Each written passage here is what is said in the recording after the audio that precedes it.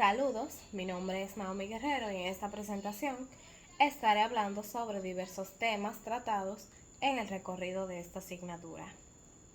Primero comenzaré hablando sobre la finalidad con la que se usan los colorantes en el laboratorio de microbiología y cómo se usan según sus cargas. Bueno, la finalidad del uso de los colorantes en el laboratorio de microbiología es que se utilizan para teñir las bacterias y algunas estructuras, tales como las cápsulas, los flagelos, las esporas, entre otras, ya que éstas son transparentes y así se pueden diferenciar microscópicamente. También se emplean para adicionarlos a los medios de cultivo, donde se inhibe el desarrollo de un grupo determinado de gérmenes. Entonces, según sus cargas, se dividen en colorantes básicos y colorantes ácidos. Los colorantes básicos, que son catiónicos o tienen grupos cargados positivamente, se unen a moléculas cargadas negativamente, como lo son algunas proteínas o ácidos nucleicos. Algunos ejemplos de lo que acabo de decir son los colorantes azules, como el azul de metileno, verdes, como verde malaquita, rojos, como rojo safranina, y violetas, como cristal violeta. Entonces, también están los colorantes ácidos, que son llamados también aniónicos, que se unen a estructuras celulares cargadas positivamente, ya que su carga es negativa. Algunos ejemplos de estos colorantes son el colorante naranja, como la eosina y orange, y rosa, como fucina ácida y rosa de bengala. Ya dicho esto, podemos pasar al siguiente punto, donde vamos a definir lo que es el medio de cultivo y sus distintas clasificaciones. Los medios de cultivo son sustratos de nutrientes en los que crecen y se multiplican los microorganismos en el laboratorio, con el objetivo de aislar diferentes cepas bacterianas para, para su estudio. Los medios de cultivo pueden clasificarse según su consistencia, según su origen y según su composición o utilización. Según su consistencia, se dividen en líquidos, que contienen los nutrientes en solución, en sólidos, que se obtienen agregando un medio líquido determinado, y semisólidos que tienen la forma sólida y líquida unidas. Estos medios son empleados para la observación de cepas bacterianas con capacidad de movilidad. Según su origen, los medios de cultivo son aquellos medios preparados a partir de sustancias naturales, ya sean de animales o vegetales. Ejemplos son el suero, la leche, la papa, el huevo, entre otros.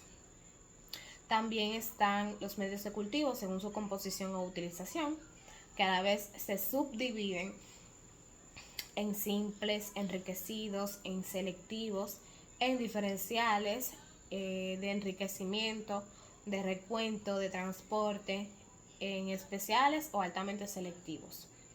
Los medios simples poseen los requisitos mínimos permitiendo el desarrollo de bacterias no exigentes nutricionalmente, por ejemplo, el agar nutritivo, el caldo nutritivo, entre otros.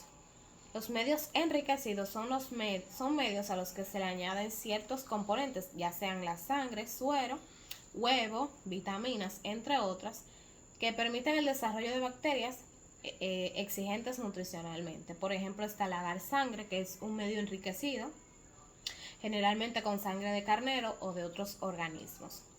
También están los medios selectivos, que se obtienen añadiendo los nutrientes básicos a compuestos químicos inhibidores de bacterias, recordando que los nutrientes básicos son los carbohidratos, las proteínas, las vitaminas, los minerales, las fibras y las grasas. Estos permiten el desarrollo de bacterias. Por ejemplo, está el agar McConkey, que es un medio selectivo que contiene colorante, cristal violeta, que impide el desarrollo de bacterias gram positivas sin afectar a las gram negativas, por lo que este medio es selectivo para las bacterias gram negativas. Otro ejemplo, y no menos importante de esto, es el caldo lactosado bilis verde brillante, que se conoce por sus abreviaturas CLBVB, que es un medio selectivo que posee bilis, que inhibe las bacterias gram positivas, y azúcar lactosa, que favorece el crecimiento de las bacterias coliformes. Las bacterias coliformes son bacterias que podemos encontrar en el suelo, en el agua y en partes de cuerpos de animales. También están los medios diferenciales. Estos medios de cultivo inhiben determinadas especies bacterianas favoreciendo el crecimiento de otras. Por ejemplo, está el agar Salmonella shigella y el agar McConkey, que contienen lactosa y un indicador de pH que permite diferenciar las colonias de bacterias que utilizan este tipo de azúcar de las colonias que no la utilizan. Otro ejemplo es el agar sangre, que permite diferenciar los tipos de hemólisis que producen las bacterias hemolíticas.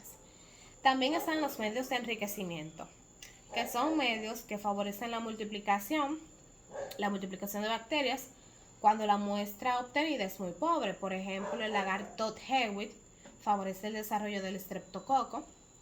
También están los medios de recuento, que se utilizan para determinar el contenido bacteriano en sustancias como la leche, el agua, la carne, entre otros. Un ejemplo es el plate count agar, que se utiliza para el recuento de bacterias aerobias mesófilas. También están los medios de transporte, que son utilizados para asegurar la viabilidad de las bacterias y evitar que se reproduzcan desde el momento en el que se toma la muestra hasta su procesamiento. Por ejemplo, los medios de transporte Stuart se emplean para muestras de secreciones purulentas y los medios de transporte Caddy-Blair se emplean para muestras de heces fecales. Un medio de cultivo puede pertenecer a diferentes categorías, como lo es el caso del agar McConkey, que es selectivo y diferencial, el agar sangre, que también es enriquecido y diferencial. Ahora hablemos sobre el uso y finalidad del caldo lactosado bilis verde brillante. El caldo lactosado bilis verde brillante es un medio selectivo que posee bilis, que inhibe las bacterias gram positivas, como ya lo había dicho, y azúcar lactosa, que favorece el crecimiento de las bacterias coliformes. De igual forma, también hablaré sobre el agar mannitol salado, que tiene como objetivo el aislamiento selectivo de estafilococos en muestras humanas. Los microorganismos que fermentan el mannitol producen colonias amarillas. Esta característica es un criterio para determinar e identificar bacterias de Staphylococcus aureus. El agar triple sugar iron se utiliza para la determinación de carbohidratos y producción de ácido sulfídrico para la identificación de bacilos gram negativos.